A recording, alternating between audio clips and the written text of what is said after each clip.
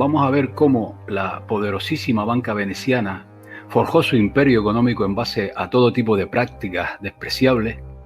que llevaron a la población de Europa y de Asia a un estado de pobreza y mortalidad jamás contemplado. Vamos a relatar los episodios documentados de las prácticas bancarias y comerciales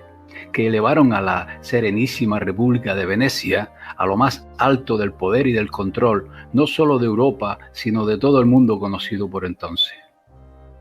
Aquella Serenísima República y su poderosísima banca realizaron una serie de prácticas bancarias y financieras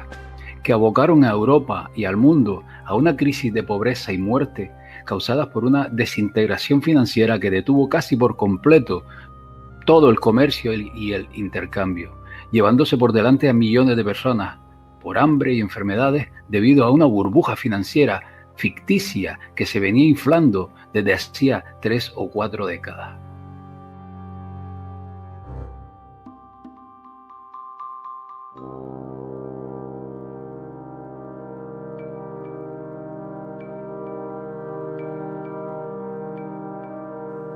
Debido a la inexistencia de lo que se conoce como estados-nación,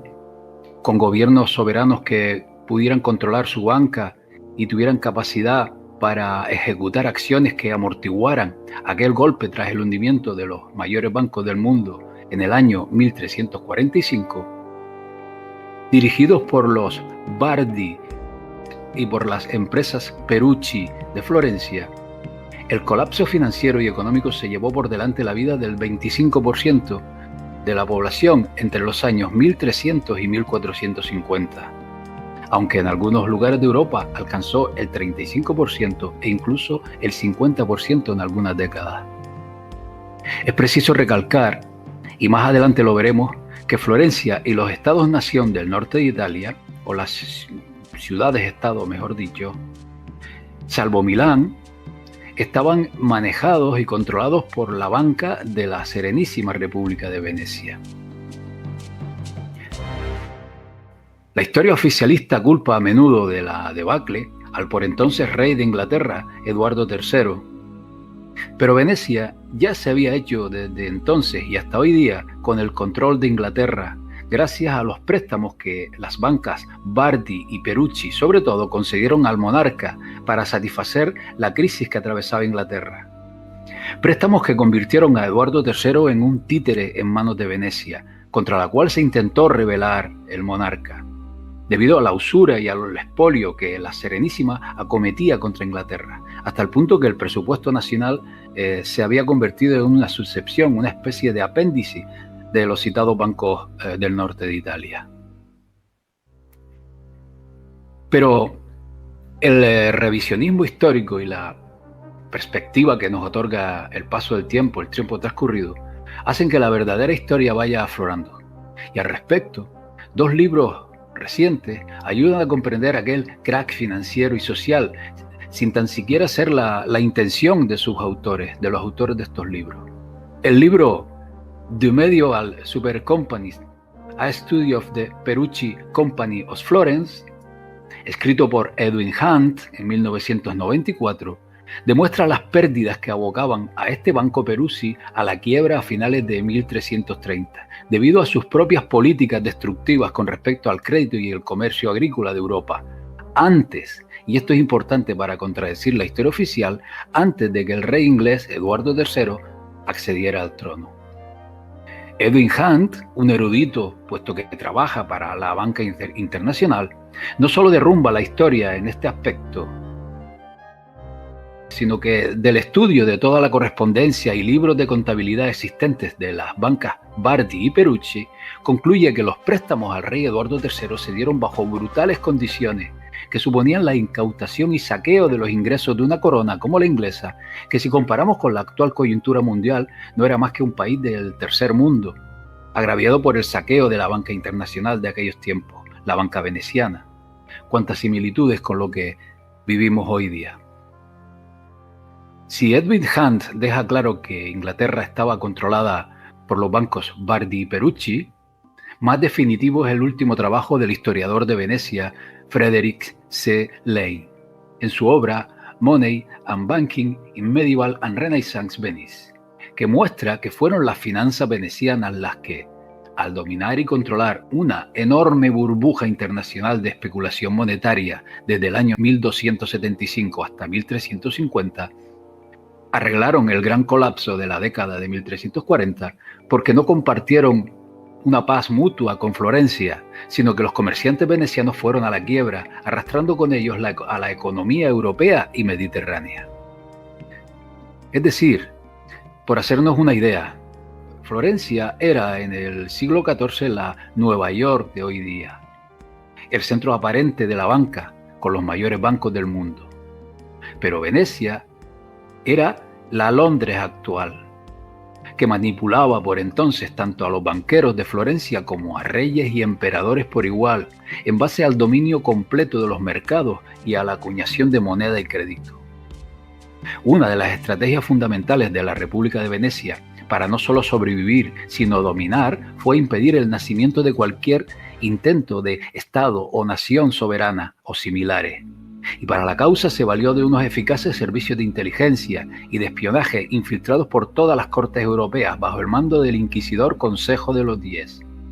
Y en este sentido, ya en la década de 1950, el historiador Fernand Braudel demostró que fue Venecia quien abocó a los banqueros de Florencia, Génova, Siena, etc., a ser intervenidos de manera voluntaria desde el principio del siglo XIII para destruir la posible aparición de gobiernos nacionales que ya se venían fraguando, por ejemplo,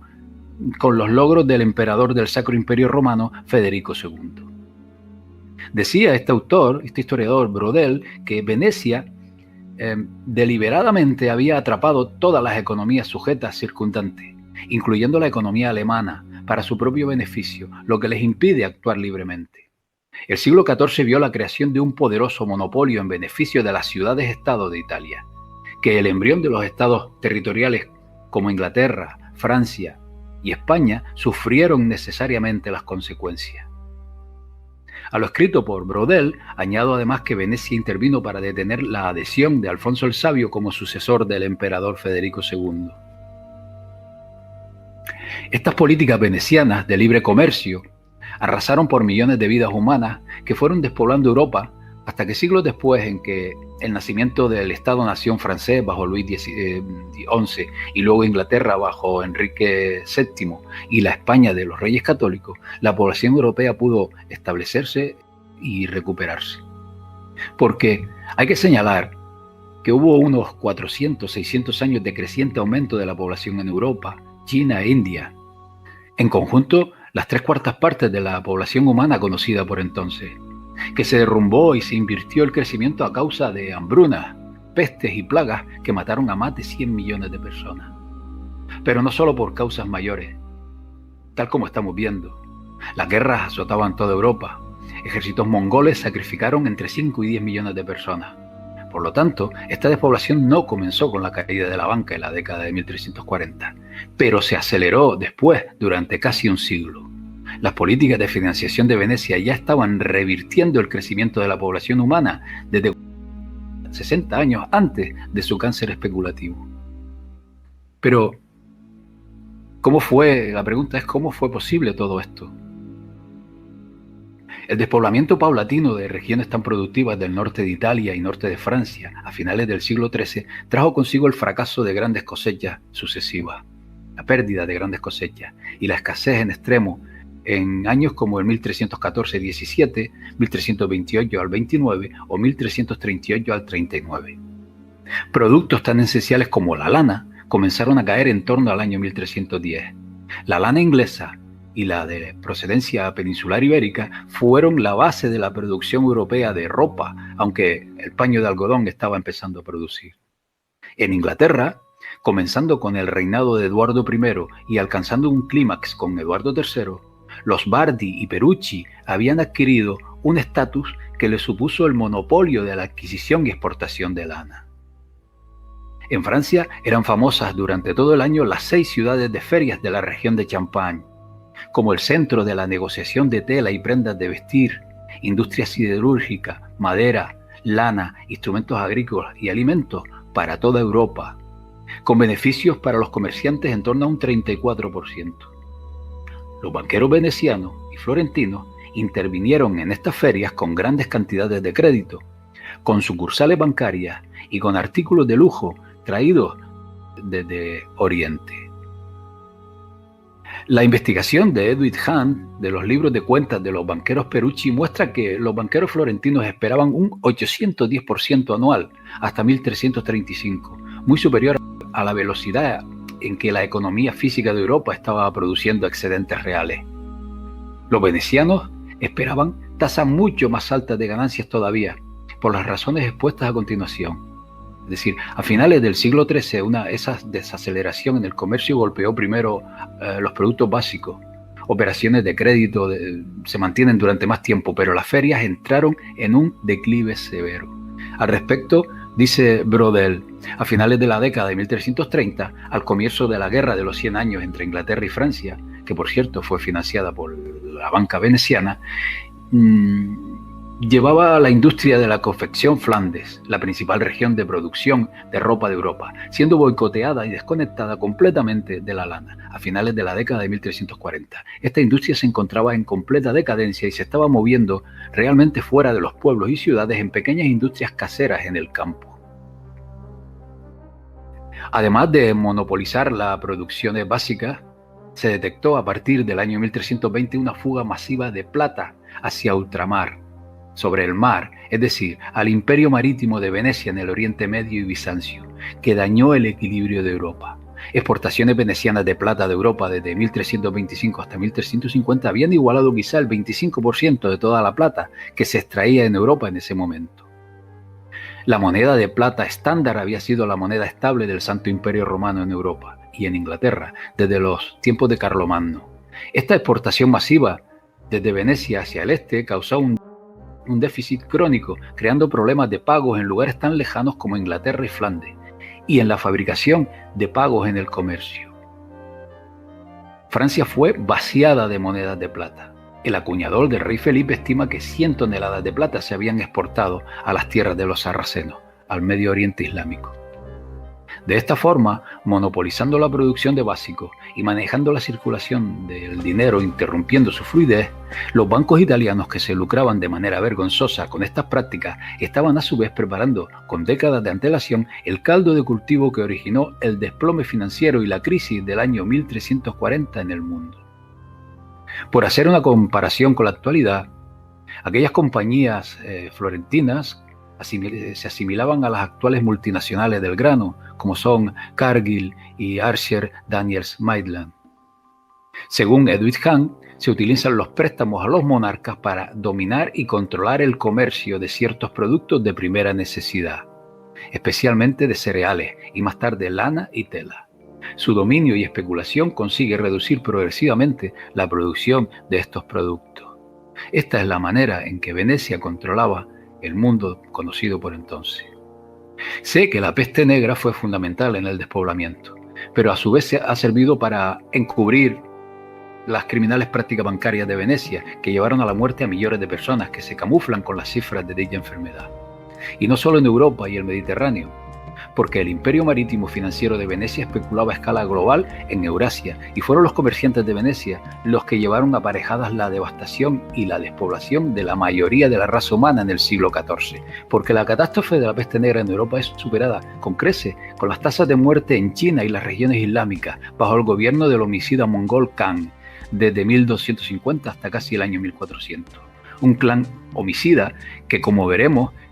más adelante, estaba apoyado por la inteligencia veneciana y fueron fundamentales en la propagación de una peste negra que al día de hoy sigue rodeada de incertidumbre.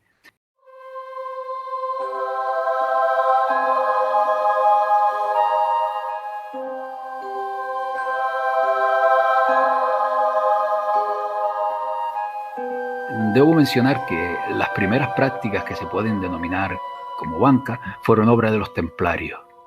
Y si bien no me consta que se implicaran en la banca veneciana, no olvidemos su presencia en Venecia, a donde llegaron rodeados de leyendas, como que ocultaron en la pequeña isla de San Giorgio un enorme tesoro. En Venecia se asentaron en la zona del campo de los jesuitas, en la iglesia llamada de Santa María de la Asunción, ahora la iglesia de los jesuitas, y en la parte delantera se encuentra el oratorio que aún lleva su nombre, que todavía se utiliza hoy en día como un hospicio. Y su huella permanece también en la fachada que alberga el famoso edificio del Casino de Venecia, grabado con las palabras latinas non nobis, que corresponde a las primeras palabras del lema de la Orden del Temple, non nobis domini, non nobis, sed nomini, tuo da gloriam. No a nosotros, Señor, no a nosotros, sino a tu nombre de gloria.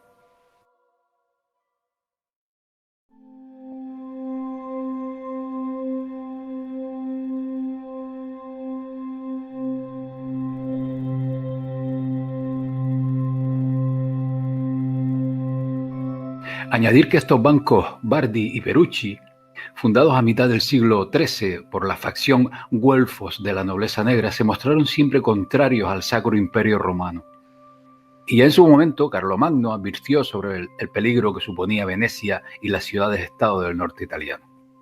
Estos güelfos afirmaban sin rubor ser aliados del Papa de Roma, al cual empujaron y convencieron para que la usura, y esto es importante, dejara de ser pecado mortal y disminuir lo venial o de menor importancia. Y parecían disfrutar de una exención efectiva de los mandatos de los papas católicos contra la usura, y también de su prohibición de comerciar con el infiel, con los regímenes, por ejemplo, de Egipto y Siria. Con anterioridad, allá por la década de 1180, el poderoso doge de Venecia, Ciani, provocó el enfrentamiento entre el Papa y el emperador del Sacro Imperio Romano, Federico Barbarroja, mediando luego este dux para un acuerdo llamado Paz de Constanza, en el cual el veneciano logró que el emperador Federico retirara de Italia su estándar de moneda de plata para permitir a las ciudades-estado acuñar su propia moneda, siendo fundamental para que Venecia estableciera su predominio total en torno a las negociaciones de oro y plata en lingotes y monedas en toda Europa y Asia. Así, Venecia rompió y sustituyó la moneda de plata europea de los emperadores romanos, la moneda de plata del Imperio Bizantino y finalmente el famoso florín de oro florentino en las décadas anteriores a la explosión financiera de 1340, que apagó todos los financieros excepto los venecianos. Estos banqueros, debido a la mala imagen pública que suponía la usura, no cobraban interés de manera directa, sino que, tal como hace hoy día el infame Fondo Monetario Internacional, imponían condicionamientos que restaban absoluta soberanía a los monarcas, porque eran estos monarcas quienes concedían licencias reales e impuestos a las materias primas importantes, como alimentos, lana, ropa, sal, hierro, etc., quedando estas abocadas a los designios de la banca veneciana. Un ejemplo de su poder lo vemos en el año 1325, cuando el Banco Perucci manejaba todas las rentas del reino de Nápoles, reino que abarcaba toda la mitad sur de Italia, donde se cultivaba el grano más productivo de todo el Mediterráneo. Los Perucci empujaron al ejército del entonces rey Roberto de Nápoles a recaudar in situ todos sus impuestos y a continuas guerras contra Sicilia, esta que a través del reino de Aragón, estaba aliada con el Santo Imperio Romano, logrando con estas guerras reducir la producción siciliana de cereales. Estrategias similares de privatizaciones y control pertrecharon los florentinos con los Anjou, con los reyes de Hungría, o en Francia, donde los Perucci eran acreedores de los famosos banqueros Francesi, Biche y Mus, Albiccio y Mosciato Guidi, y con los ya mencionados reyes Eduardo II y III de Inglaterra, donde por cierto almacenaban enormes cantidades de lana en los monasterios de la Orden de los Caballeros Hospitalarios, la actual Orden de Malta, que eran sus deudores, aliados políticos y socios de la monopolización del comercio de la lana. Cabe reseñar que banqueros genoveses controlaban en gran medida los ingresos reales del Reino de Castilla en España, otro proveedor de la lana de Europa por el año 1325. En la famosa Guerra de los 100 Años, donde Inglaterra fue financiada y endeudada por estos bancos con tasas de cambio que sobrevaluaba su moneda en un 15% en relación a la inglesa,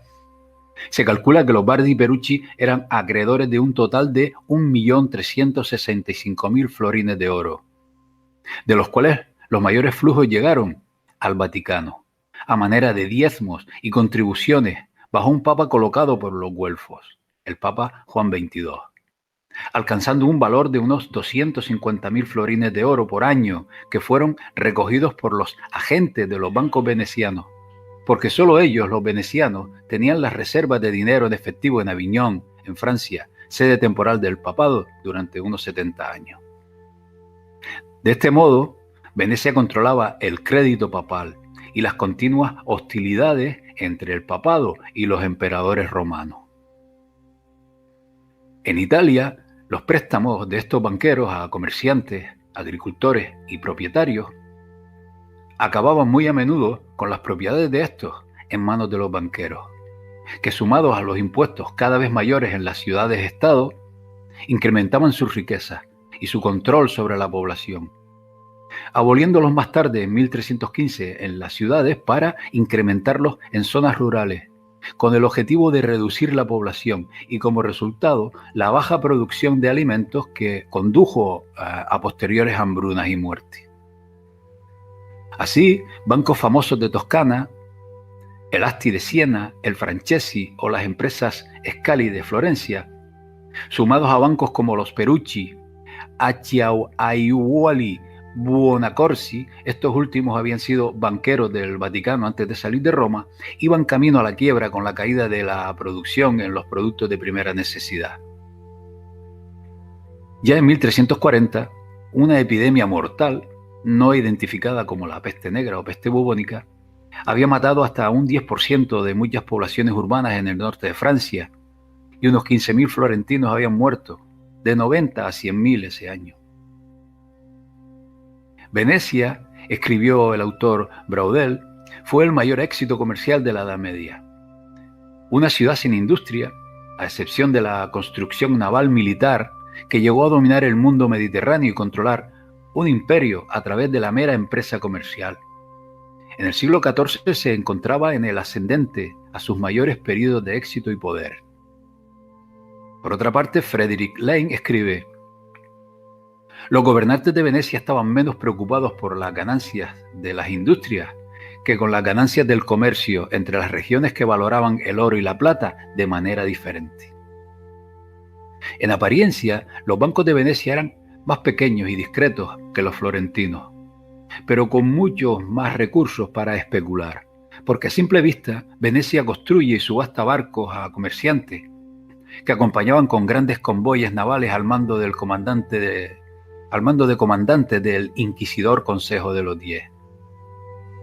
Tal como Frederick Lane demuestra, este fue el comercio dominante de Venecia, al igual que hoy día los mega especuladores en monedas y derivados, tales como Morgan y Rothschild, respaldados por George Soros o Mark Rich. Los bancos venecianos y los lingotes de bolsa estaban respaldados por grandes fondos de capital y protección. El tamaño del comercio de lingotes venecianos era de tal magnitud que 2 veces al año una flota de lingotes de hasta 20-30 buques pesados navegaba de Venecia a la costa oriental del Mediterráneo o a Egipto, con plata y regresando a Venecia cargado de oro. Para hacernos una idea de este inmenso poder de generación de riquezas, les remito a un discurso muy llamativo en el Consejo de los 10 del por entonces Dux de Venecia, Mocénigo Tommaso. Poco después de la crisis financiera de 1340, decía este Dux que en tiempos de paz esta ciudad pone un capital de 10 millones de ducados en el comercio en todo el mundo con nuestros barcos, por lo que la ganancia de la exportación es de 2 millones. El beneficio de la importación es de 2 millones. Exportación e importación juntos 4 millones. Se han visto en nuestra ciudad cada año 1,2 millones en oro. En plata 800.000, de los cuales 5.000, unos 20.000 ducados, acuden anualmente a Egipto y Siria. 100.000 a sus lugares en la parte continental de Italia. A sus lugares más allá del mar 50.000 ducados. A Inglaterra y Francia unos 100.000 ducados. Pero ¿Cómo fue posible todo este intercambio de oro, por ejemplo? Fue posible porque el oro de Oriente estaba siendo saqueado fuera de China, hasta entonces la economía más rica del mundo, y la India por los imperios mongoles asesinos. Y el extraído en Sudán y Mali era vendido a los comerciantes venecianos a cambio de plata europea enormemente sobrevalorada, que se extraía en Alemania, Bohemia y Hungría, y se vendía exclusivamente a los venecianos. Un hito fundamental para consolidar la alianza de Venecia con las ciudades-estado, con el papado y con los reyes normandos y los Anjou contra el Sacro Imperio Romano fueron las famosas cruzadas cristianas. La primera en el año 1099 y la séptima y última importante en 1291, puesto que fortalecieron el imperio marítimo comercial de Venecia hacia el este, ya que fue Venecia quien surtió de barcos a los cruzados para su traslado a Oriente Medio, proporcionándoles además grandes sumas de dinero, les sobraba, que el dux justificaba para capturar y saquear a saco las ciudades. Así, Venecia obtuvo el control de ciudades como Tiro, Sidón y Acre en el Líbano, y Layacho en Turquía, y fortaleció su dominio del comercio a través de Constantinopla, como puntos de partida para las costeras rutas de la seda, a través de las regiones del Mar Negro y del Mar Caspio a China e India, que durante los imperios mongoles del 1230 a 1370 fueron mantenidas y vigiladas por las caballerías mongolas.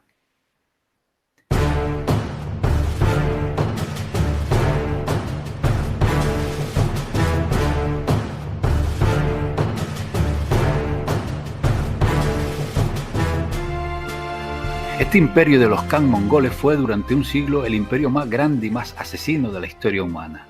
dedicados a masacrar las ciudades más pobladas de China, oeste de Irak y norte de Hungría y Rusia,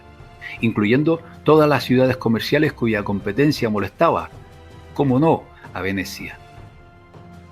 A menudo, esta alianza estratégica entre Venecia y los Khan es tratada como una simple curiosidad de las aventuras de Marco Polo por parte de la historia oficialista, obviando hechos tan relevantes como las reuniones entre intermediarios mongoles y comerciantes venecianos en las ciudades comerciales persas de Tabriz y Trebisonda, gobernadas por los mongoles, y en el puerto de Tana, en el Mar Negro, donde se negociaba oro con la plata de Europa. A este intercambio de divisas se asoció un comercio a gran escala de esclavos de los dominios mongoles. Este fue el llamado oro tanga, desde el tangi, o piezas sin acuñar con el sello de los mongol Khan, con la plata en pequeños lingotes venecianos llamados sommi, que eran el medio de intercambio común de los mongoles y tártaros cánatos. Al tiempo que estos mongoles arrasaban y asesinaban, saquearon todo el oro de China y de la India bajo su control, y reemplazándolo con monedas de plata, y para las castas más bajas, es decir, los chinos, con el papel moneda. Esta misma caballería mongol, aliada de Venecia, expandió la famosa y misteriosa peste negra por la península de Crimea, en el Mar Negro, y desde allí por barcos a Sicilia e Italia en 1347. Y desde Italia se extendió por toda Europa, donde, recordemos, los niveles nutricionales ya habían caído, puesto que la producción de cereales disminuyó a causa de la usura bancaria antes expuesta. Dos causas que llevaron a Europa en un siglo, a una reducción de población de unos 90 millones que había a menos de 60 millones de habitantes. Es más que evidente que los aumentos de los precios marcados por las secuelas de la peste negra y las epidemias posteriores duraron más de una generación, que llevó luego a una deflación aguda y al colapso de los salarios alrededor del año 1380. Después del año 1400, las fuerzas políticas se volvieron contra los métodos de los banqueros de libre empresa italianos. Así, en el año 1401, el rey Martín I de Aragón los expulsó. En 1403, Enrique IV de Inglaterra les prohibió tomar beneficios de ninguna manera en su reino. En el año 1409, en Flandes, fueron encarcelados y luego expulsados los banqueros genoveses. En 1410, todos los comerciantes italianos fueron expulsados de París. Cuando Luis XI se convirtió en rey de Francia en 1461, organizó las fuerzas nacionales para ser el primer Estado-nación fuerte y soberano. Junto con el desarrollo de los puertos, carreteras y el apoyo a las ciudades, Luis XI insistió en una moneda nacional única, estándar, creada y controlada por la propia corona. Estas prohibiciones y expulsiones supusieron el paulatino declive del modelo bancario familiar y privado hasta el momento imperante. Pero el poder y dominio de Venecia en el mundo conocido por entonces siguió imponiéndose, hasta el punto de transformarse cual serpiente mudando su piel para superar varias embestidas históricas que abocaron a la nobleza negra a diseñar un nuevo modelo bancario en otras tierras que pervive y domina hasta el día de hoy.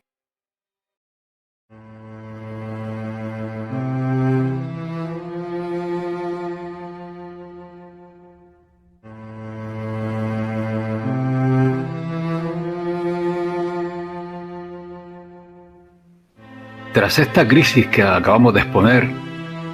Venecia salió debilitada y a su vez empoderó a los líderes europeos, pero seguía siendo la fuerza más poderosa de Eurasia. Un hecho pionero que comenzaba a enfocar la banca hacia nuevos derroteros fue la fundación en el año 1408 del Banco di San Giorgio en Génova, donde prominentes genoveses como las casas de Grimaldi y Serra estuvieron involucrados. Por lo general, por entonces, la banca no hacía uso de agentes judíos,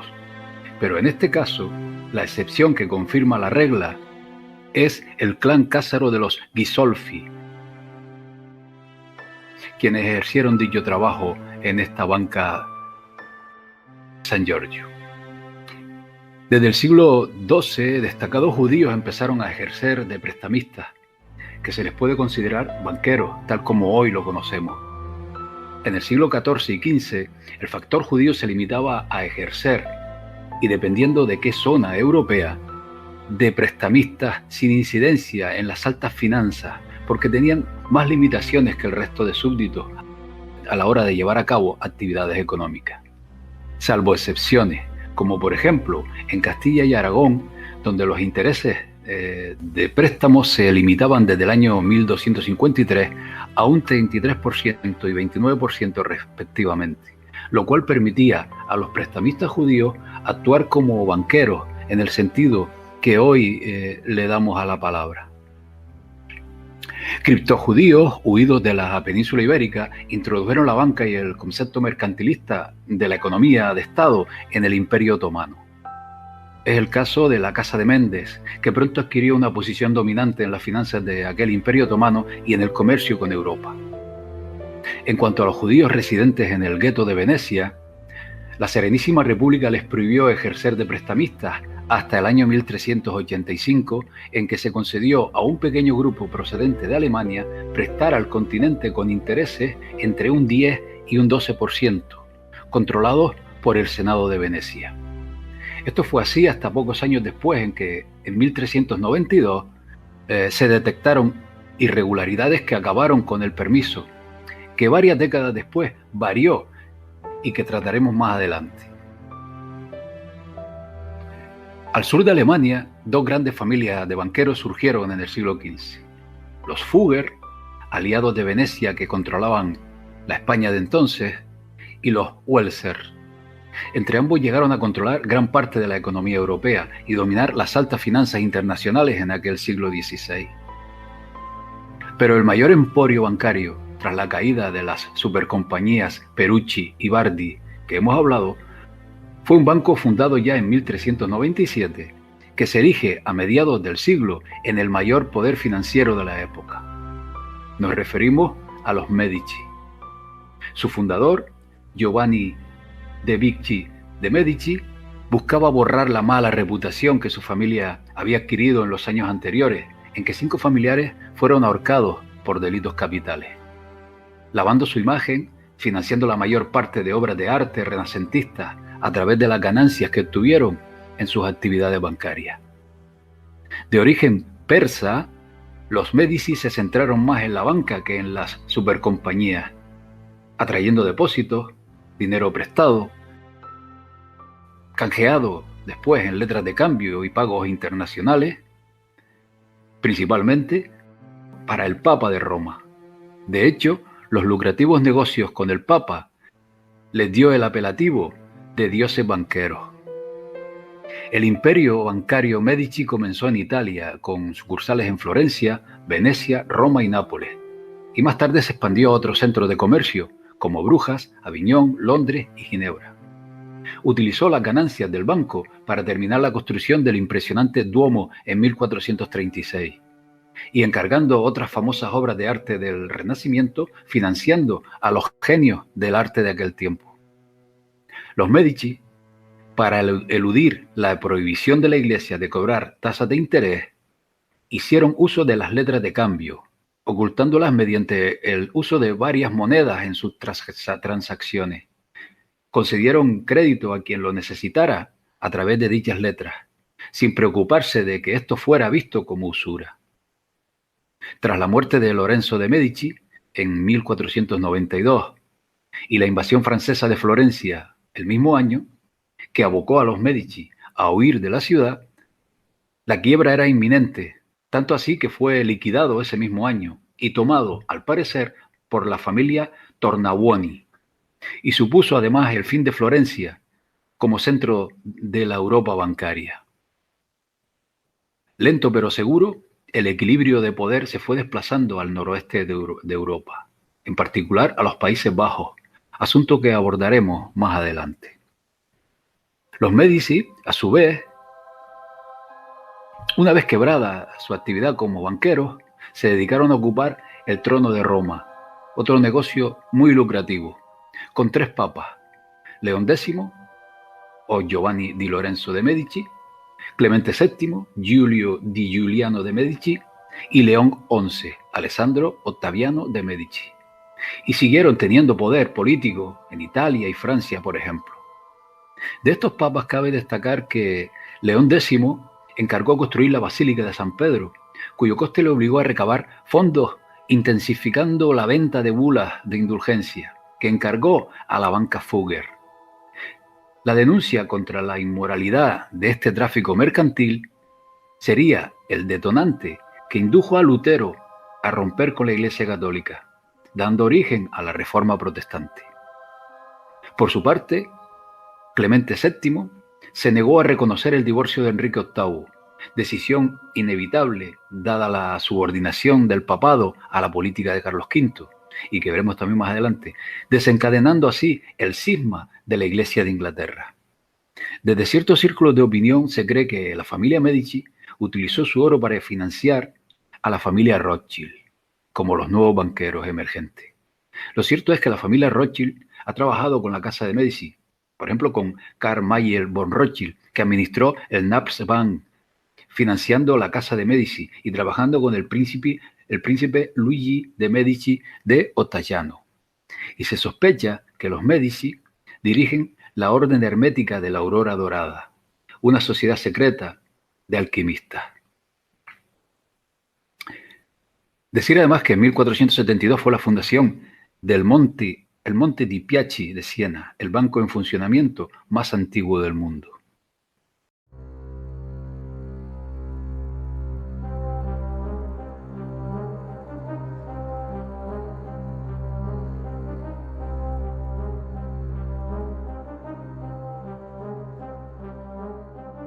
Mientras tanto, la Serenísima República de Venecia continúa su máximo esplendor a lo largo de este siglo XV, llenando sus arcas con su incomparable flota marítima en el comercio de seda, especias, oro, esclavos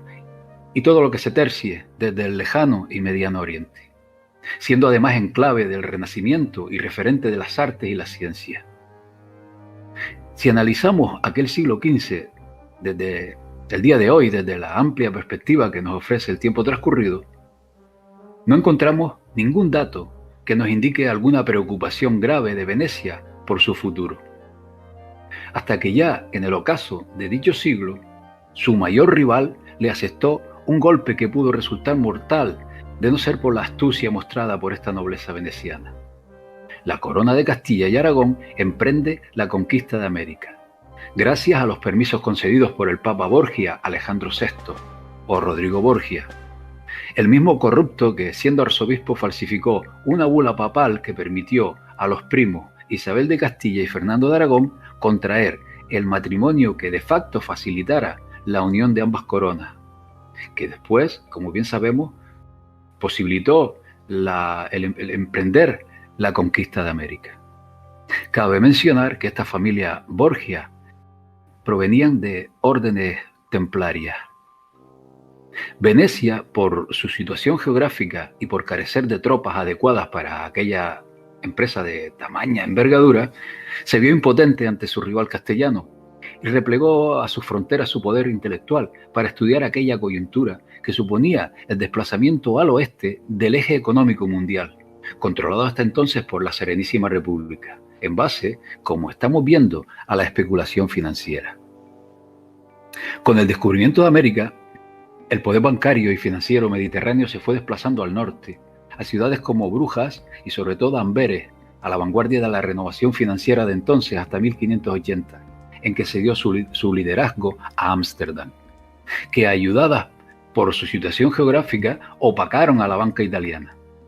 Esta debilidad empoderó también a los Fugger, convirtiendo a Jacob Fugger en el tipo más rico del mundo, hasta que la quiebra de la corona española en 1557 le asestó un duro golpe.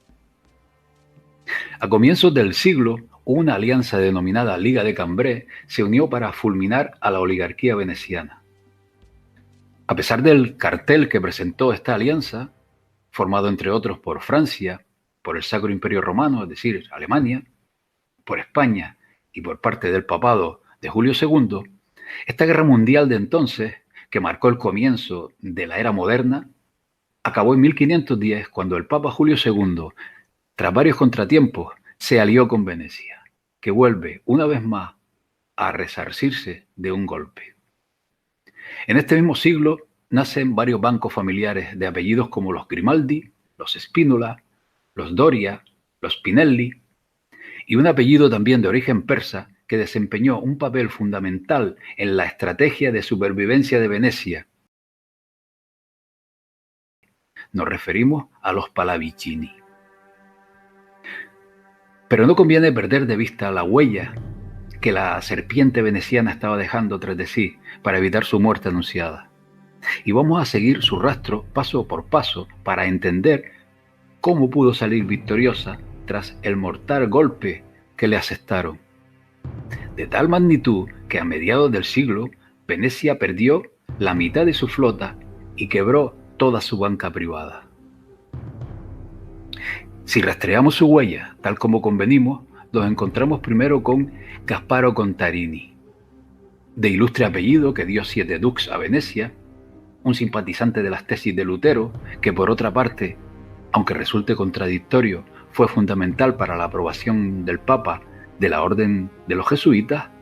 envía a la corte inglesa de Enrique VIII una delegación con su íntimo amigo Francesco Giorgi, más conocido por Zorzi, al frente, un religioso cabalista experto en hebreo que con su obra Harmonia Mundi creó una escuela de misticismo veneciano de tendencia Rosacruz que germinó en la tradición masónica en la corte de los Tudor. La misión encomendada: encontrar en la Biblia fundamentos para el divorcio de Enrique VIII, que se mantuvo aliado de Venecia cuando la guerra de Cambrai, con Catalina de Aragón, y el consiguiente golpe a su rival hispano. Además de la ruptura de Inglaterra con Roma, que dio origen al anglicanismo. Un Zorzi que estaba respaldado por el asesor de la corte y agente veneciano Thomas Cromwell, y por el abuelo de su futura esposa Ana Bolena, y líder de la facción veneciana en Inglaterra, Thomas Howard, el duque de Norfolk. Una jugada maestra en este caso. El trabajo de Zorzi lo continuó el mago John Dee, el agente veneciano a modo de Rasputín de la corte de los Tudor, contrarios a Venecia, que gracias a sus conocimientos cabalísticos, esotéricos, hizo de la reina Elizabeth una extraña mujer que no quiso casarse con Felipe II y murió sin dejar descendencia. dejando paso a la dinastía Estuardo, pro-veneciana, con Jacobo I de Inglaterra. Esta agenda para la infiltración veneciana en Inglaterra, en este siglo, fue supervisada por la familia judía Cecil, con los agentes venecianos William y Robert Cecil, asesor de la reina Elizabeth I y jefe, el segundo, de la inteligencia de la Inglaterra de entonces.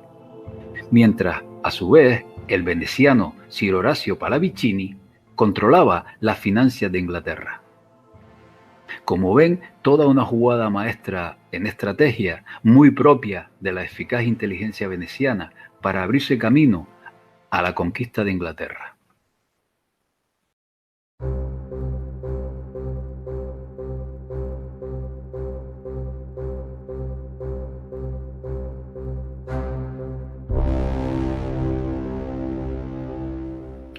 Por su parte, en Venecia se estaba fraguando el germen que dio origen no solo al actual sistema bancario de hoy día, sino también al modelo político-social de los últimos 2-3 siglos, cuando en el año 1577, por primera vez en la incomparable historia de la Serenísima República, se rompe el poder hegemónico de Venecia y sus alianzas con Roma, al surgir por vez primera una oposición que se llegó a denominar los Giovanni, los jóvenes, nuevos ricos que atribuían la decadencia de Venecia a la España de Felipe II y a las viejas prácticas de los hasta entonces predominantes vecchio, los viejos, ricos conservadores más relacionados con Roma, que simpatizaban con la Contrarreforma. 5 años después, los Giovanni toman el poder en el Senado y se funda a la par el primer banco público de Venecia, la Banca de la Piazza di Rialto, o Banco de Venecia, siendo emulado en 1609 por el Weisselbank en Ámsterdam y en 1619 por el Banco Giro, también en Venecia. Todos ellos pioneros en la innovación del modelo bancario, puesto que desde ahora la oligarquía se hacía cargo del Estado. Una jugada maestra, toda una revolución poco o nada destacada por la historia oficial.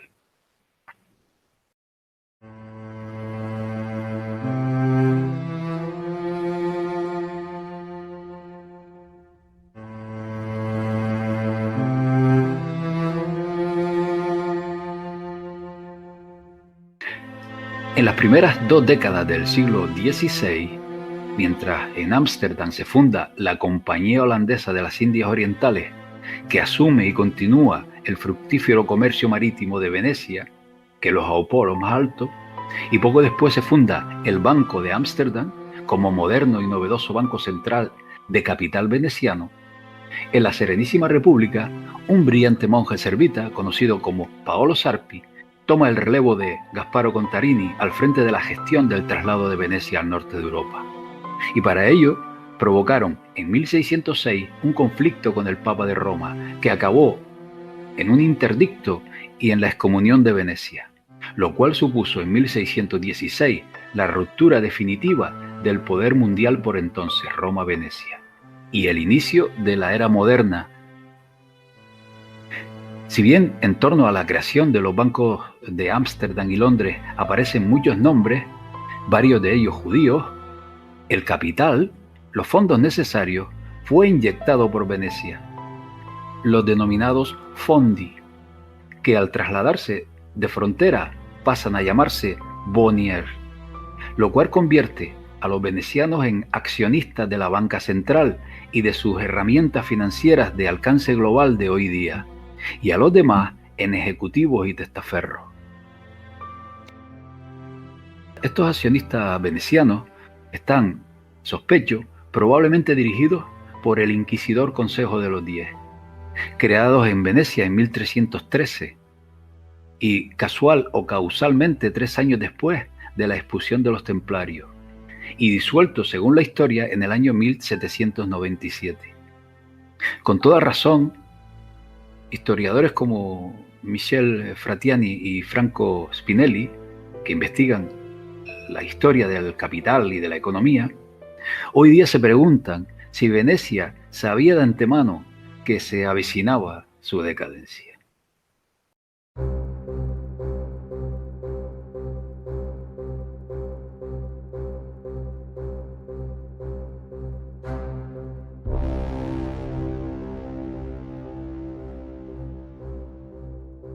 Ya centrándonos en el siglo XVII que nos ocupa, en el año 1618, actuando como el consultor oficial del gobierno veneciano, el monje servita Paolo Sarpi dirigió en persona la firma de la Alianza Veneciana-Holandesa, que incluía un paquete de defensa mutua contra los Habsburgo. Y cuando los holandeses reanudaron la guerra directa contra los españoles en 1621, los venecianos suministraron al gobierno de La Haya más de 1.000.000 de ducados para la contienda. Para mostrar la planificación a largo plazo involucrada en este movimiento hacia el norte, debemos volver, por un instante nada más, la vista atrás a los años alrededor del año 1570, en que los Giovanni auguraron que el comercio futuro no iría por tierra como en el pasado, sino a través de las rutas marítimas recién descubiertas por el oeste hacia las Américas y al este alrededor del Cuerno de África, y que por tanto su tiempo estaba limitado y se requería un movimiento hacia el nuevo centro de poder en el Atlántico para adaptarse a las nuevas ramificaciones geopolíticas. Para cumplimentar esta tarea se necesitaba inteligencia, infiltración y gestión política. ¿Y quién mejor que el mentor y líder de los Giovanni, Paolo Sarpi, para mover a Venecia a una alianza estratégica y militar abierta con el norte, y así salvar el sistema del imperio veneciano? Esto se logró, como hemos visto, a través del trabajo inicial de Contarini y el círculo interno de Sarpi, que incluía, por ejemplo, a Giovanni Francesco Sagret, a Niccolo Contarini, Andrea Morosini, Leonardo Donato, Marc Trevigiano, Ottavio Buono, Domenic, Antonio Chirini, Mario Sani, Leonardo Mocenigo, Jacopo Morosini, entre otros.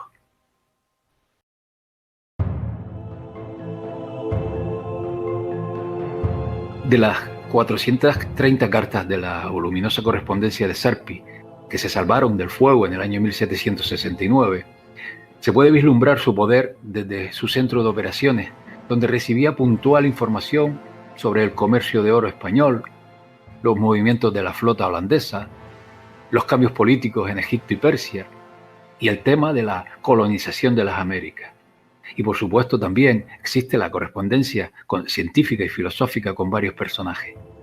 Además de la extensa y tupida red de contactos por todo el mundo, que para hacernos una idea mencionemos por ejemplo a Henry Wotton, Francis Bacon, Vicancio, Philippe Duplessis-Mornay, François Hotman, Marco Antonio de Dominis,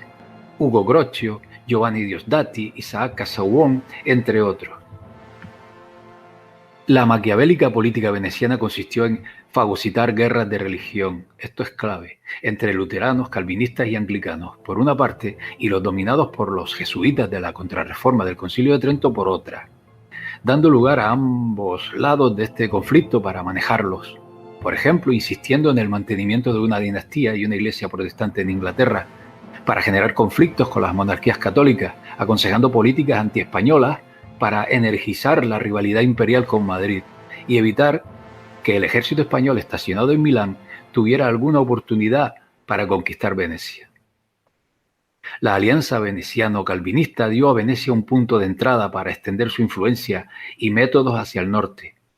El poder del partido veneciano en Londres, así se llamaba, agrupados en torno a Robert Cecil, Francis Bacon y la familia Cavendish, se mejoró en gran medida. Y los Países Bajos estaban en las garras de Venecia. Sarpi y los suyos lograron unir las fuerzas del calvinismo con la Casa de Orange, que llevaría en 1610 a los Países Bajos a una alianza militar con Venecia. Con las alianzas políticas establecidas, las instituciones financieras podrían construirse en la nueva Venecia en Ámsterdam. El Banco de Venecia se convirtió en la inspiración directa para el Banco de Ámsterdam en 1609. Ahora que se creó el modelo del futuro entramado financiero, el siguiente paso fue alimentarlo con la fortuna familiar, o fondi, como se le llama en italiano, al pilar del sistema oligárquico. Alrededor de estos fondi se agruparon las fortunas familiares individuales de las grandes familias oligárquicas, como Mocenigo, Cornaro, Dandolo, Contarini, Morosini, Sorsi o Tron, hasta un total de 20 familias que hasta finales del siglo XVIII tenían propiedades comparables o superiores a las más ricas de toda Europa.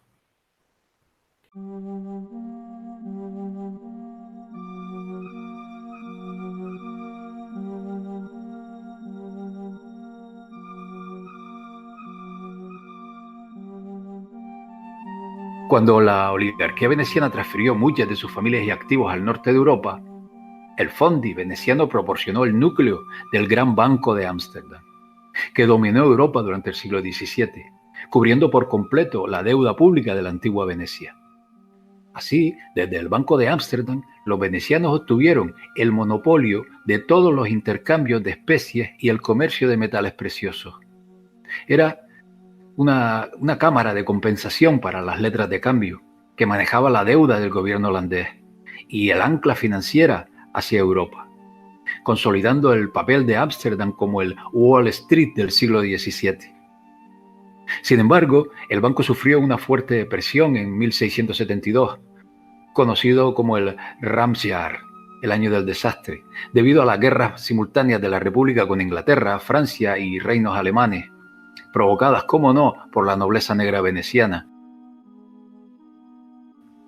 lo cual generó en los comerciantes un gran temor a la desaparición de la propia República Holandesa, decidiendo retirar sus fondos en masa y la consiguiente bajada de fondos en un 34% en solo 2 semanas, de 7,6 millones a 5 millones de florines. En 1683 este banco dio un paso revolucionario al emitir recibos negociables, Recipicen, por el oro y plata en depósito que facilitaron la compra de oro y plata y especular sobre su precio. Es decir,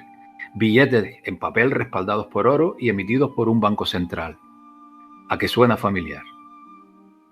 Sin embargo, todo esto cambió después del inicio de la Cuarta Guerra Anglo-Holandesa en 1780 y la decadencia de Holanda ante el emergente poder de Inglaterra, porque Ámsterdam no podía sobrevivir sin pedir préstamos, lo cual supone una gran presión para las reservas de los bancos. Cuando su clientela, como dijimos, descubrieron que el índice de reservas completo del banco estaba lejos del 100%, la confianza se evaporó, señalando el comienzo del fin de una institución que una vez fue muy poderosa.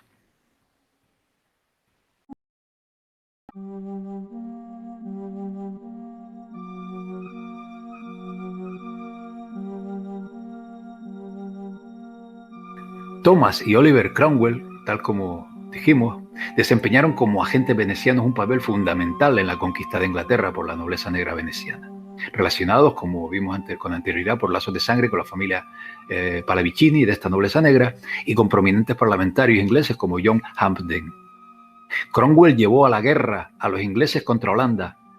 iniciada tras la denominada masacre de Amboine, en que, miren por dónde,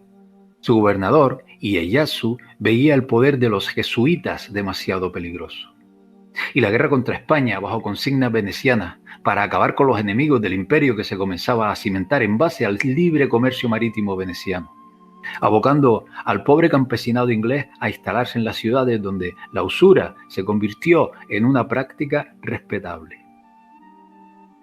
Los desencuentros con Carlos II y con el creciente poder de Francia enfurecían a Venecia, que a través del partido Whip, el antiguo nombre del Partido Liberal, se propusieron acabar con los monarcas católicos Stuart y tramaron a través de varios oligarcas una invitación al rey holandés Guillermo de Orange y su reina María, una hija de Jaime II, para que el rey holandés aterrizara y marchara sobre Londres, en la que los británicos llaman la Revolución Gloriosa de 1688. Donde en realidad se consolidaron las facultades y prerrogativas de la oligarquía que se expresan en la Declaración de Derechos del año 1689. 6 años después de la citada revolución, había un Banco de Inglaterra y una considerable deuda nacional, una copia perfecta de la oligarquía veneciana que a través del partido veneciano manejaba el destino de Inglaterra.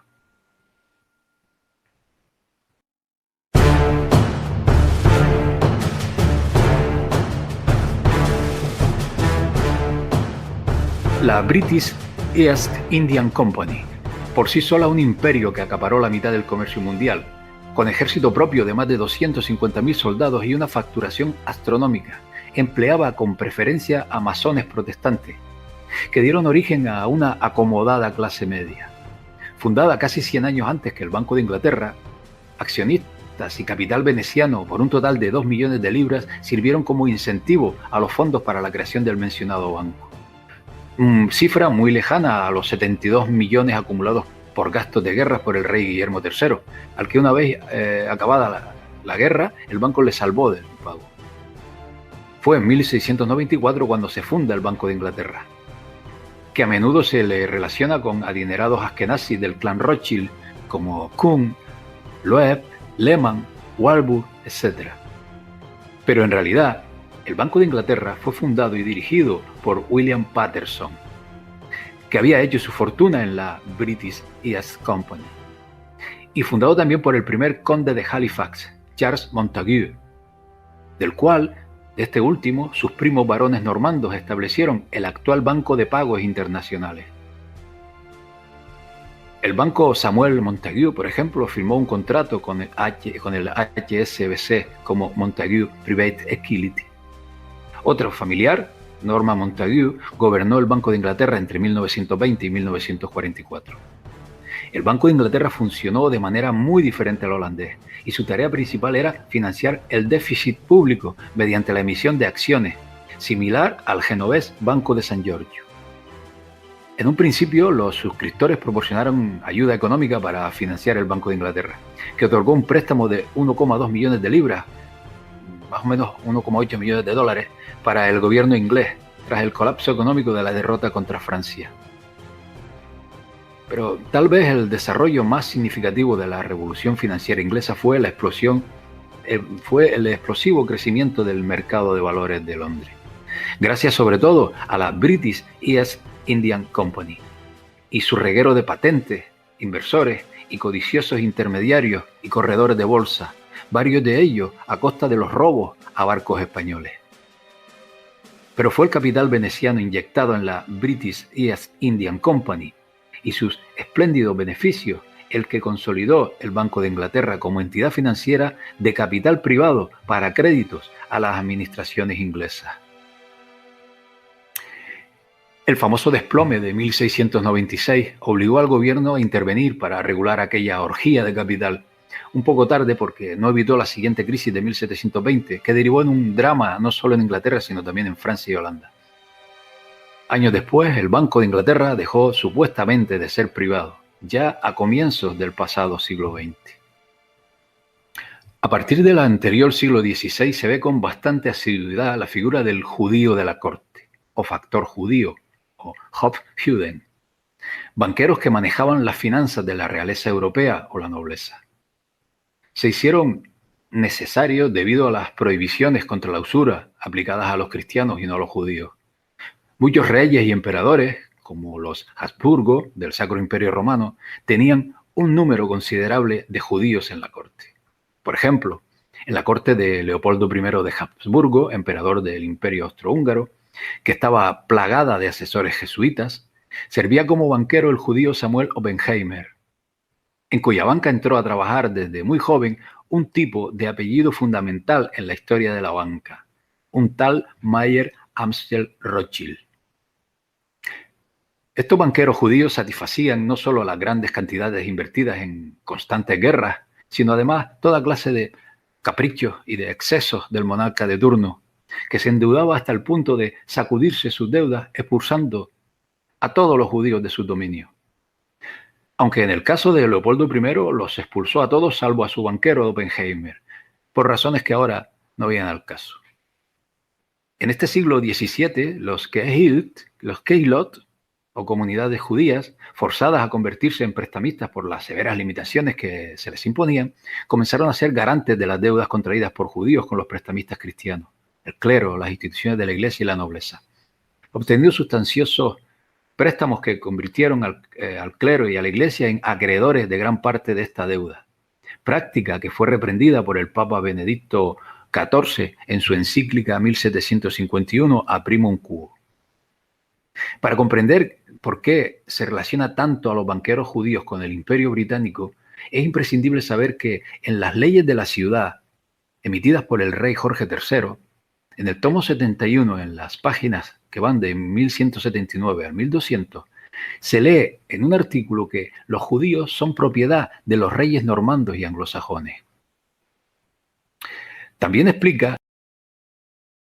que el Talmud es la ley de la tierra y de cómo el Talmud babilónico se convirtió en ley de la tierra, lo que ahora se conoce como el Código Comercial Uniforme, que tiene que ver con la ley del mar, que es la ley internacional privada, que trata sobre personas jurídicas. El acuerdo de crédito escrito, el Sietar judío, es un embargo preventivo de todas las propiedades del planeta. Pero el tratado, como decíamos, también explica que los judíos son propiedad de Gran Bretaña y que están a cargo del sistema bancario como testaferros. Un aspecto fundamental a lo largo de estos siglos en el mundo del dinero y de la banca es el papel que desempeña el Papa de Roma, puesto que guarda la llave que le abre a un monarca la legitimidad para emitir dinero. Esta llave se llama regalía, la cual convierte al Vaticano en el dueño del tablero de juego donde se desarrolla la actividad económica. Es quien abre o cierra el grifo, y por tanto su poder es superior a cualquier magnate sionista señalado por tantos como los más poderosos de este mundo. De ahí, considero, el interés de los anglo-venecianos y sus esbirros sionistas y jesuitas por conquistar el Vaticano.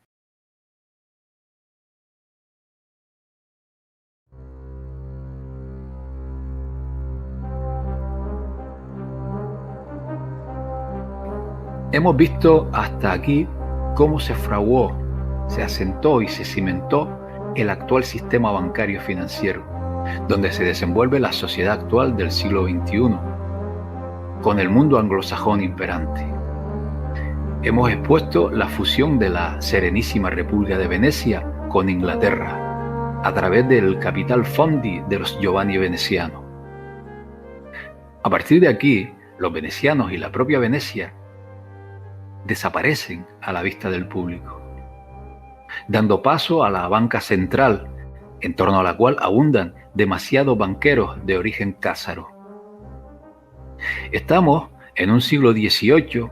plagado de acontecimientos que identifico como una guerra soterrada entre los Giovanni que fundaron con su capital el protestante Imperio Británico y los Vecchio, católicos aliados del Papa y de sus linajes, que permanecieron en Italia.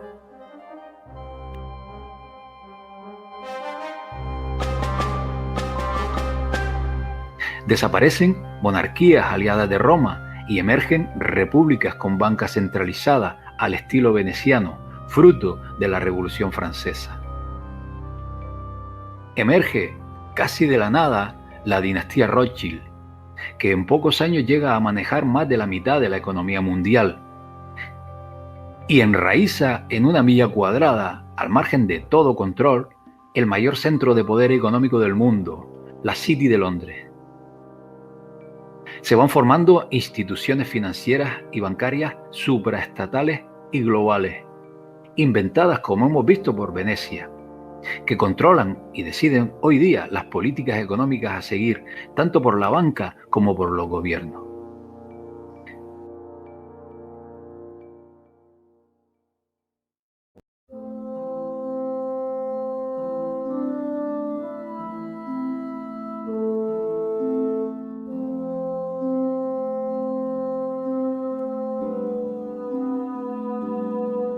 Una vez en marcha el Banco de Inglaterra,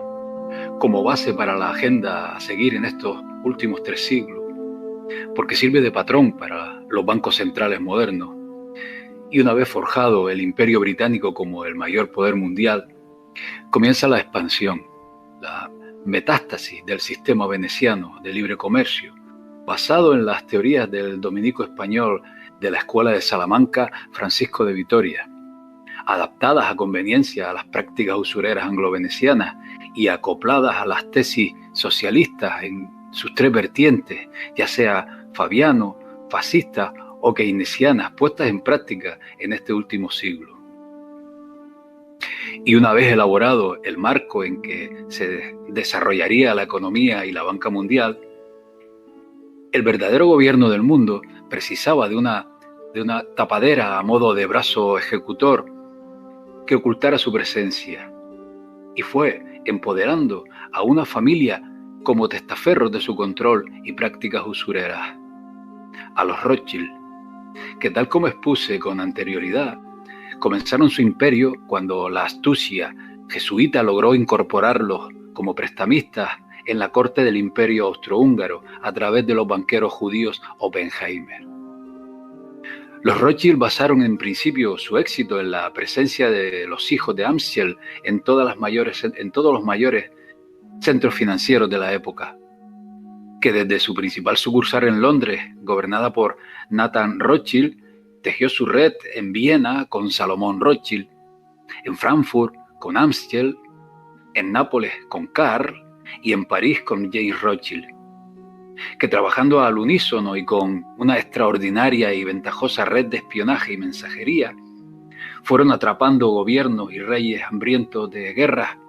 con préstamos y especulación en bonos del Estado, hasta el punto de hacerse imprescindibles para la dependencia que los gobiernos europeos llegaron a tener de esta familia para financiar sus déficits, incluso en sus bancos centrales. Sirva como ejemplo la crisis financiera británica de 1825, en que los Rothschild prestaron grandes cantidades de oro, recolectado de sus diferentes sucursales, al Banco de Inglaterra para evitar una profunda depresión económica. Nathan Rothschild financió con oro de toda Europa al ejército británico en su exitoso encuentro con Napoleón en Waterloo. Oro usado después de la guerra para comprar bonos del gobierno británico, cuyos precios comenzaron a subir más y más hasta que en 1817 los vendió cuando habían aumentado en un 40%, lo que se convierte en una de las operaciones más notables en la historia financiera. Cabe reseñar que el famoso episodio de Waterloo, en que se dice que una paloma mensajera y en otras versiones un intrépido jinete llegó a Londres 24 horas antes con la noticia del resultado de la batalla de Waterloo, es falso. Un bulo difundido por un reconocido antisemita llamado George Dervael y apodado Satanás. Un año más tarde, en 1818, los Rothschild construyeron un exitoso préstamo prusiano de 5 millones de libras, distribuido a través de sus sucursales en toda Europa, cuya novedad consistió en un bono en una moneda diferente a la moneda local del deudor y venderlo en diferentes países, haciendo a los Rothschild los padres del moderno mercado internacional de bonos, y es visto como el primer eurobono de la historia, que además hizo a los Rothschild inmensamente ricos y a la vez impopulares y blanco constante de los antijudíos con innumerables caricaturas satíricas que los muestran como codiciosos y duros usureros, que lo son. A medida que los gobiernos tenían menos necesidades de financiamiento, los Rothschild comenzaron a financiar y controlar las redes ferroviarias de nueva construcción, especialmente en Alemania y Austria, en las décadas de 1830 y 1840. Y obtuvieron el control del gigante minero Río Tinto en la década de 1880 en España. Este banco multinacional alcanzó su cenit entre 1820 y 1860 y fue el banco más grande del mundo entre 1815 y 1914. El imperio de los Rothschild todavía vive hoy día a través de varios servicios financieros, bienes raíces y empresas, y dirigido cuidadosamente por los descendientes de los poderosos hermanos Rothschild del siglo XIX.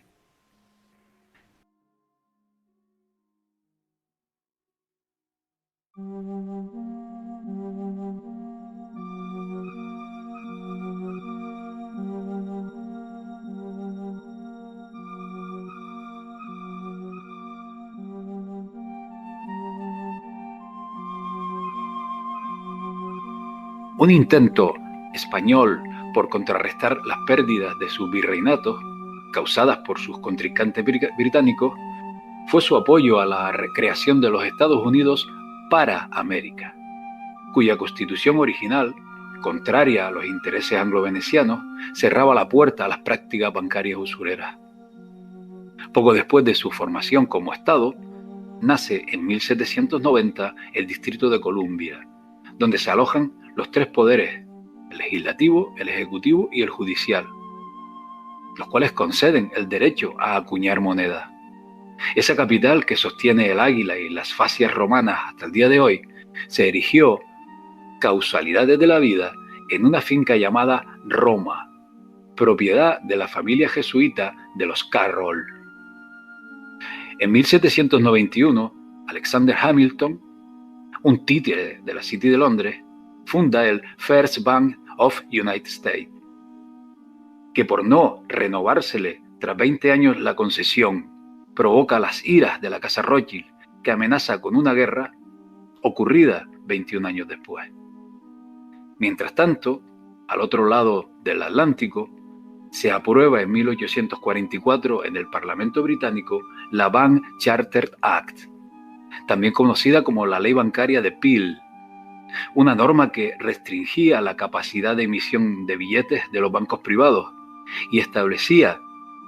en la práctica, un monopolio en favor del Banco de Inglaterra para la emisión de moneda, que en 1910 alcanzó el 60% del total de dicha emisión en el mundo. Una serie de acontecimientos posteriores, como el asesinato del presidente Lincoln en 1865, por oponerse a la banca central privada, desembocan en una reunión de banqueros sionistas en la isla de Jekyll, con el objetivo de crear la Reserva Federal de los Estados Unidos, una fábrica de moneda que la presta al gobierno para su posterior devolución con intereses. Un robo descarado que se aprobó un 23 de diciembre de 1913, mismo año de la creación de la Internal Revenue Service, Servicio de Ventas Interno, en un congreso casi sin aforo por las celebraciones navideñas.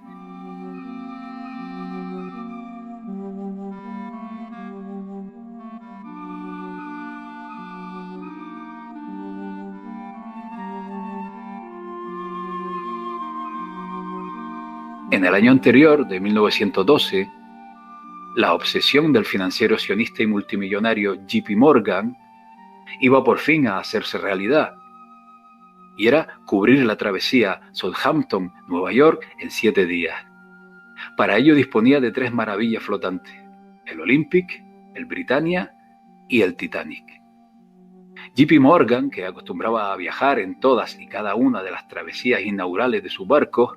se negó rotundamente y sin razón aparente a embarcar en el primer trayecto que realizaba el estandarte de su compañía, el mejor barco del momento.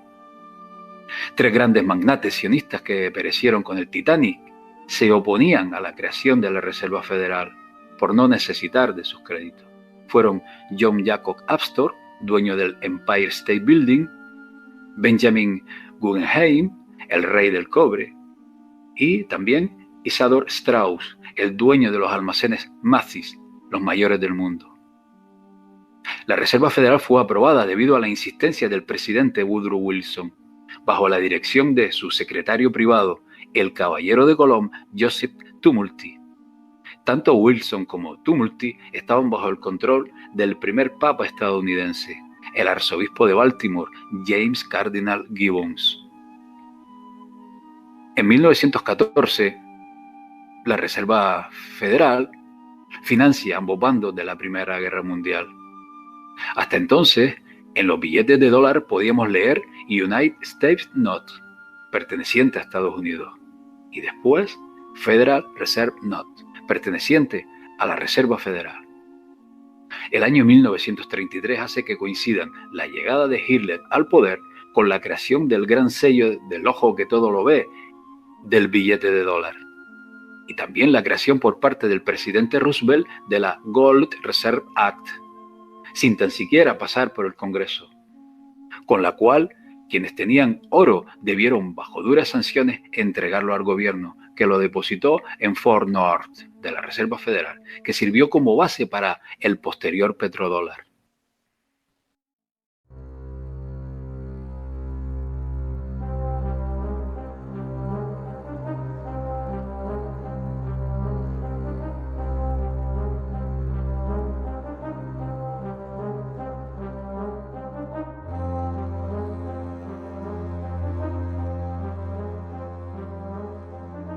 Uno era la Rusia de los Romanov, empeñados estos en mantener su régimen feudal, cerrando toda posibilidad de industrializar el país. Exponer aquí todo el proceso desde el momento en que los zares se negaron a aceptar la invitación de los Rothschild para formar parte de su agenda globalista hasta el día en que Lenin crea el Gosbank, con el judío Aaron Sheinman al frente, pasando por la radicalización de los mencheviques en bolcheviques y por el papel desempeñado por personajes tan siniestros como Rasputín, sería materia tan densa que convendría tratar en otro momento. El otro país fundamental se ubica en un extenso territorio muy rico que aloja una gran reserva de materias primas: Argentina. Allí, y también en el coincidente año de 1933, Gran Bretaña y Argentina firman el Pacto Roca-Runciman, del cual surge la creación del Banco Central de la República Argentina, con competencias para emitir billetes y regular las tasas de interés bajo la conducción de un directorio con fuerte composición de funcionarios del Imperio Británico. Y se adjudica además a los británicos el monopolio de un área estratégica tan fundamental como el transporte. Los demás países, en su inmensa mayoría, fueron cayendo como fichas de dominó en los brazos de un sistema anglo-veneciano, donde se crea dinero de la nada con un valor 100, que se va devaluando cuanto más se acerca a la base. Hemos visto hasta ahora mucho nombre y apellido de origen askenazi, sionistas al frente de los grandes bancos. Da la impresión de que aquellos Hofjuden, judíos de corte que sirvieron a la realeza como testaferros para escapar de la prohibición católica de las prácticas usureras, siguen desempeñando un papel muy similar hoy día. Porque si bien controlan la banca, esta banca se desenvuelve bajo parámetros marcados por entidades superiores, ya sean europeas o globales, que son, en última instancia, los verdaderos controladores del dinero que se mueve hoy día por todo el mundo, sin apenas fronteras en que lo regule. Y estas entidades, como vamos a ver, no están en manos de judíos askenazí. Veamos. El Banco de Inglaterra está gobernado por Mark Carney, un ex de Goldman Sachs, expresidente del Comité del Banco de Pagos Internacionales, un miembro del G20, entre otros, asiduo al Club Bilderberg, nombrado católico más influyente de Gran Bretaña. El Banco Central Europeo está presidido por Mario Draghi, un católico italiano formado por los jesuitas en su exclusivo y elitista Instituto Massimo Massimiliano en Roma, y casado con una descendiente de los Medici. El Banco Central Europeo crea dinero para inflarlo con la banca comercial, a la que concede préstamos que a su vez presta a los países que después han de ser devueltos con el interés correspondiente. ¿Ustedes encuentran una explicación racional a esta práctica? La Reserva Federal de los Estados Unidos, si bien históricamente ha estado en manos de sionistas, hoy día está dirigida por Jerome Powell, un graduado en la Georgetown Preparatory School de los jesuitas, que obtuvo su título de Juris Doctor en Georgetown University Law Center, también de los jesuitas. Un Powell que junto al profesor jesuita Daniel Tarullo encabezaron en otros tiempos la mayoría de los comités de política y asuntos de la Reserva Federal. El Banco Mundial, siempre dirigido por estadounidenses, está presidido por el peón de Donald Trump, el judío David Robert Malpass, hasta ahora subsecretario del Tesoro de Estados Unidos. Pero Malpass adquirió su formación en economía en la católica Universidad Jesuita de Georgetown. El Fondo Monetario Internacional, siempre gobernado por europeos, está dirigido por Christine Lagarde, católica de padres burgueses, también devotos católicos. Pero todos estos bancos europeos y globales están supeditados a las políticas de otra entidad: el Banco de Pagos Internacionales. Fundado en 1930 con el gobernador del Banco de Inglaterra, Norman Montagu, y su colega alemán, Hjalmar Sachs, último ministro de Finanzas de Adolf Hitler, como principales gestores, y se ha intentado sin éxito disolverlo en 2 ocasiones. Este banco funciona a través de derechos especiales de giro, y además de no estar auditado por ningún gobierno ni administración pública, tanto sus miembros como sus inmuebles gozan de absoluta inmunidad ante la ley y ante cualquier obligación de tributar cualquier tipo de impuestos o similares. James Weidmann, presidente del Bundesbank de Alemania, es el que preside el Consejo de Administración del Banco de Pagos Internacionales desde noviembre de 2015. Para entender la filosofía de este banco, de los bancos, veamos esta cita del propio Weidmann. Dice Weidmann: sin embargo, la política económica debe estar en línea con el mecanismo del mercado y cumplir con el principio de subsidiariedad. El principio de política económica en línea con el mecanismo del mercado y el principio de subsidiariedad, tomado de las enseñanzas sociales católicas, debe ser igualmente vistos como los principios fundadores de nuestro orden económico. Esto dice James Weidmann, para entender en qué se basan estos bancos. El capital del Banco de Pagos Internacionales está compuesto por acciones pertenecientes a los bancos centrales, miembros que ejercen su derecho de voto en proporción al número de acciones suscritas. El capital está dividido en 600.000 acciones, de las que la mayoría pertenecen a los bancos centrales de Alemania, Bélgica, Francia, Italia, Estados Unidos y Reino Unido. Son los 6 países que se reparten la gestión del Banco de Pagos Internacionales. Este banco de los bancos, es decir, el Banco de Pagos Internacionales, tiene su sede en un país que ni el propio Hitler se atrevió a pisar con sus tropas, en Suiza, en concreto en Basilea. Tanto Suiza como Liechtenstein, Mónaco y otros pequeños estados que son paraísos fiscales para lavado de dinero procedente de actividades ilícitas, sirven a las familias reales y nobleza europea para ocultar grandes cantidades de riqueza a través de activos encubiertos en las corporaciones, en la propiedad de la tierra, la monopolización de los recursos, utilizando a sionistas como pantalla a cambio de ser millonarios, hoy día no por el veto a la usura, sino por decoro ante el mundo. Banqueros como el príncipe Lorenzo de Bélgica, dirigiendo el Gusweiler Bank, el archiduque Segismundo de Habsburgo-Lorraine, manejando en secreto cuentas suizas para la realeza y supervisando de forma encubierta a Landors y Sia, a bankiers,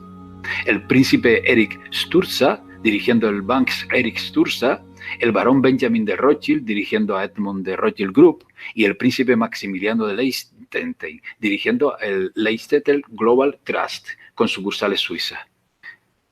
Según el investigador Awanseus, es la familia Torlonia de la nobleza negra veneciana quien supervisa el Banco de Pagos Internacionales, creado para robar la riqueza de los bancos centrales de todo el mundo a través de contratos de impuestos fraudulentos. Tras este entramado de bancos controlados por otros bancos y entidades, se oculta la riqueza y el control de la nobleza negra a través de sociedades pantalla y testaferros, con minorías troceadas del accionariado en diferentes manos, que no se hace público hasta que alguien posee un mínimo porcentaje estipulado, al parecer, en torno a un 3%. Así, el Banco de Pagos Internacionales es la cúspide de un esquema piramidal bajo el cual se desenvuelve el resto de la banca mundial, lo cual lo convierte en un poder que puede hacer caer cualquier banco, por grande que sea, en cuestión de días, de horas. Pero hay algo más, algo por encima de todo este entramado que solo podemos rastrear si nos detenemos a observar la simbología y algún que otro detalle. Por ejemplo, en la bandera de Ginebra, en Suiza, se puede observar que tiene simbología papal. El banco UBS, que es la Unión de Bancos Suizos, también utiliza claves papales en su logotipo. La bandera de Suiza guarda similitudes con el estandarte que portaban los católicos templarios. Suiza, la caja fuerte del gobierno mundial, es uno de los 2 únicos estados del mundo que ondea como estandarte una bandera cuadrada. El otro único estado con bandera cuadrada es el Vaticano. El Vaticano y los cantones suizos han estado en acuerdos durante siglos y es la razón por la que la Guardia Suiza protege al Estado de la Ciudad del Vaticano en la actualidad. Suiza es, en la práctica, un estado pontificio. Así todos los caminos conducen a Roma, pero ¿por qué también en este caso el de la banca y la moneda? Además de recordar el precedente de las regalías, derechos de emitir monedas que el Papa concedía a los monarcas, dos bulas pudieran ser las trampas seculares que obligan a la emisión de dinero a tomar el camino de Roma. Las bulas son la Unam Sanctam del año 1302 y la Romanum Pontifex de 1455, que erigen al Papa como dueño y señor del mundo y de la vida albergada en este planeta. Así se puede entender que sea Roma quien todo lo mueva.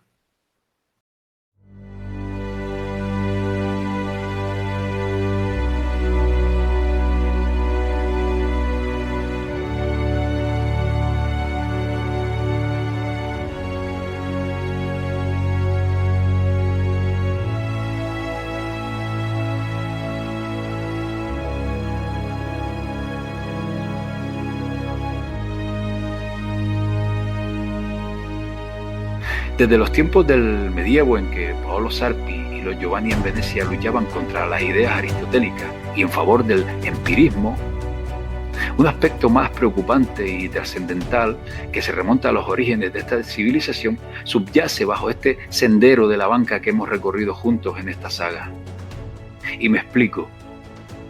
Hoy día impera en la educación y formación académica el modelo prusiano que los jesuitas desarrollaron para las tropas del emperador de Prusia cuando éste les acogió tras su expulsión de la Iglesia Católica. Este eficaz modelo militar, trasladado al ámbito académico civil, tiene como objetivo no despertar el potencial creativo en la imaginación del alumnado, a cambio de potenciar habilidades más propicias para un sistema como el actual, basado en la productividad y en el consumismo. Como resultado de este modelo educativo militar trasladado a lo civil, todo un ejército de eficaces peones adoctrinados bajo criterios materialistas, ya sean progresistas o conservadores, se pone a disposición de una clase dirigente formada por otra parte en los elitistas centros formativos, sobre todo en economía, que la Compañía de Jesús dispone por todo el mundo. De esta manera, esa chispa que despliega la creatividad que brota del ingenio de una mente sin límites que la obstruya, esa capacidad humana para elevar su conciencia por encima de lo mundano, buscando respuestas a nuestra razón de ser y existir, traspasando los límites en que la ciencia no encuentra respuestas, se va apagando a cada nueva generación, condenada desde que asoman su mirada a este mundo a desenvolverse en un materialismo colmado de nuevas tecnologías idóneas para un futuro inmediato en que tanto la banca como el propio dinero físico están en un proceso de revolución en que la esencia humana, la chispa, la creatividad, corre peligro de extinción cuando tu vida cotidiana dependa de artilugios y máquinas que actúen y piensen por nosotros.